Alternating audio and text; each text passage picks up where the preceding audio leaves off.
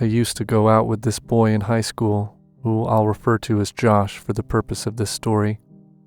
We had been dating on and off for years. He was funny and cute, but a little misunderstood, as cliche as that sounds. It was Valentine's Day, and I was 16 at the time. Josh said he had a surprise for me that evening and to dress up nice as he was taking me out. Be ready at 5. I'll pick you up from your house. This was very unlike Josh. You see, Josh was generally quite quiet and not very assertive. A lot of people, even my friends, didn't really like him and thought he was weird. I thought he could act a little strange at times, but we'd known each other since we were kids, and I knew he was harmless.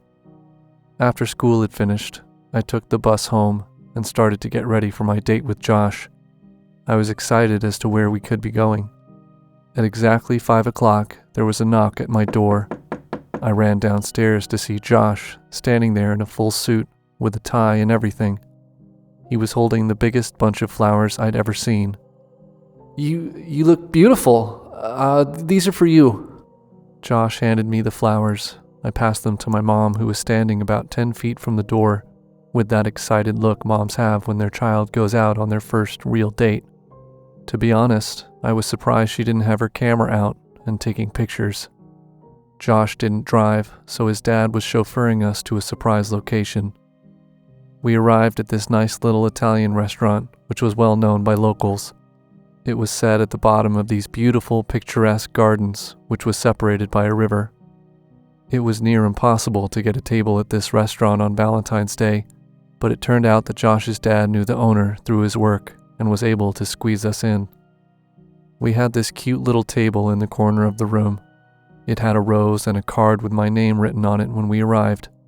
He must have dropped it off prior to picking me up. Josh said he didn't want me to open the card until after the meal. It was perfect and so thoughtful.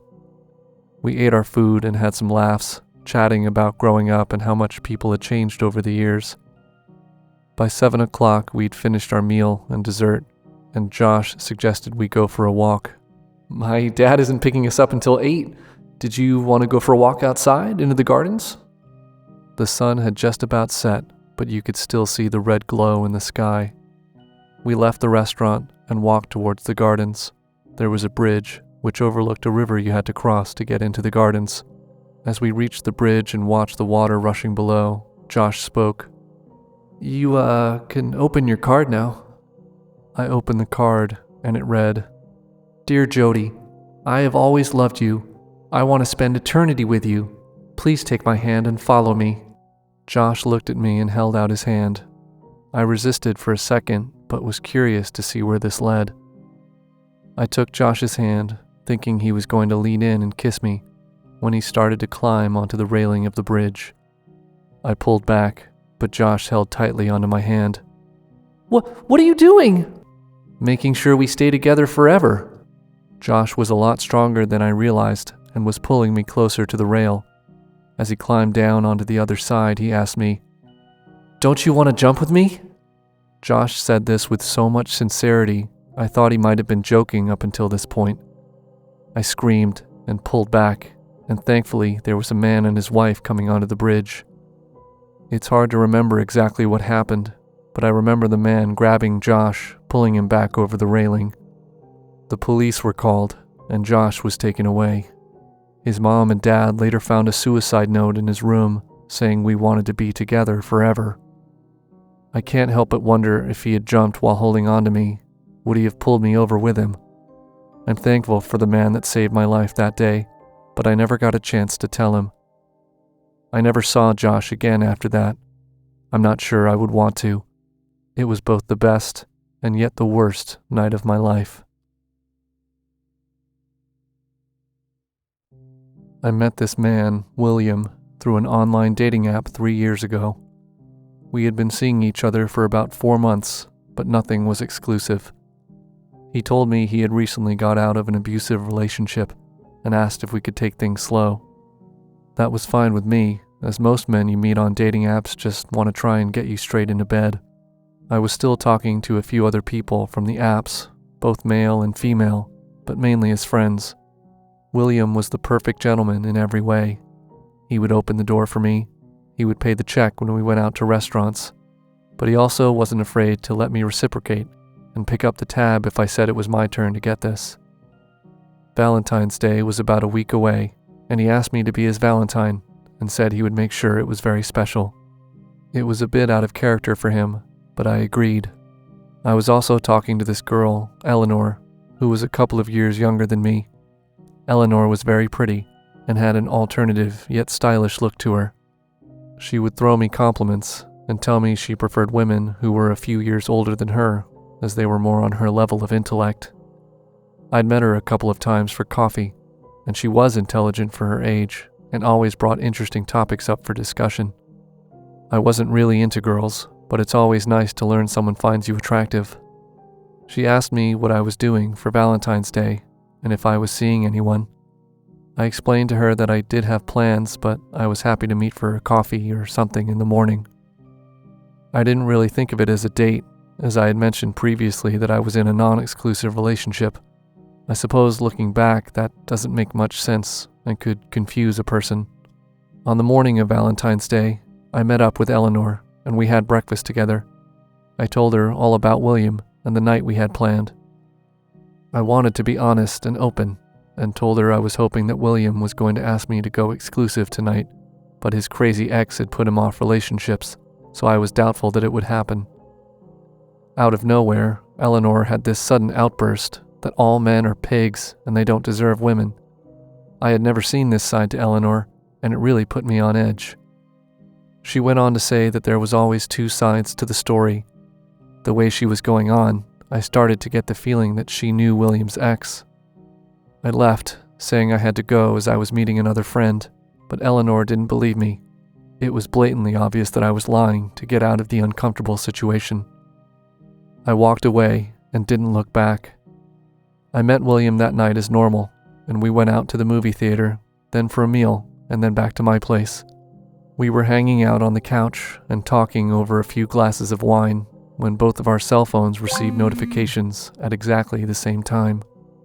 We both looked at each other at the coincidence and both checked our messages. We had both received the same picture message from an unknown number. Then another message came through, and then another. These were all photos of us that night. Someone was following us around and taking pictures of us in all these different places. Then we received another. It was a picture of us both sitting on the couch, but the scary part was, the photo was taken from inside the house.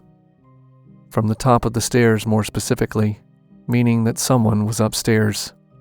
I wanted to leave immediately, but William insisted that we check upstairs.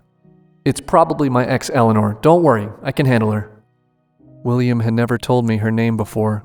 To be honest, he didn't tell me much about her. I pulled out my cell and showed a photograph of my friend Eleanor. It was the same person. Eleanor was William's ex. I had this bad feeling and begged William to leave the house and call the police. The police were called, and when they arrived, there was no sign of Eleanor, but my bedroom carpet was found to have been soaked in some kind of flammable liquid. I think she was trying to lure us upstairs so she could set it alight with us all in it. Eleanor was arrested later that night, but there was nothing to prove it was her, so she was let go. I decided to stay away from William after that night, for my own safety. I used to work at a gas station that was miles away from anywhere. My shift was due to finish in 15 minutes when a group of 3 teenage boys drove into the gas station in a sky blue pickup truck. They came into the store, looking around like they were unsure of what they were buying before trying to buy some beer. You would regularly see this type of behavior in underage kids when trying to buy something like beer or tobacco. They picked up 2 six-packs and brought them to the counter. I ID'd them as a formality and refused service when they failed to provide any form of ID. The main boy, who thought he was some sort of smooth talker, asked me what I was doing later that night for Valentine's Day. I told him I didn't date kids and only liked real men. His friends laughed at him, which obviously hurt his macho ego, and he turned real nasty real fast. He started calling me names and saying I was a stupid bitch who would be working at the gas station for the rest of my life, as if I hadn't heard it all before. The boy walked over to the refrigerator, picked up 2 more six-packs, and told me he was taking them regardless of whether I charge him or not. I think he expected this to intimidate me. I told him he was free to take them without paying, but I would not be taking any payment for the beer as he was underage. "What kind of dumb answer is that?" he said. "So you'd rather let me walk out with them than to charge me?" I explained that if I take payment for them, then I would be liable to prosecution and risk losing our liquor license for the sale of alcohol to a minor. If you take them without paying, you'll be reported to the police for theft, meaning you'll be the one who's charged. The boy didn't like this response. He passed the beers to his friends who just stood there watching the whole thing play out. He walked over to the counter, got in my face, and told me that his dad was high up in the police and he'd be able to get any charges dropped. I told him I didn't care and that wasn't my problem. "Take them or don't take them. Just do what you're gonna do, then leave, and take your goon friends with you." He saw me look at the monitor, and then he looked outside to see Daryl, our night shift worker, pulling up outside. Daryl was the kind of guy you wouldn't want to mess with. He was hired to work the night shift for a reason. He laughed in my face. "Well played, stupid bitch." They walked out, got in their pickup, and left.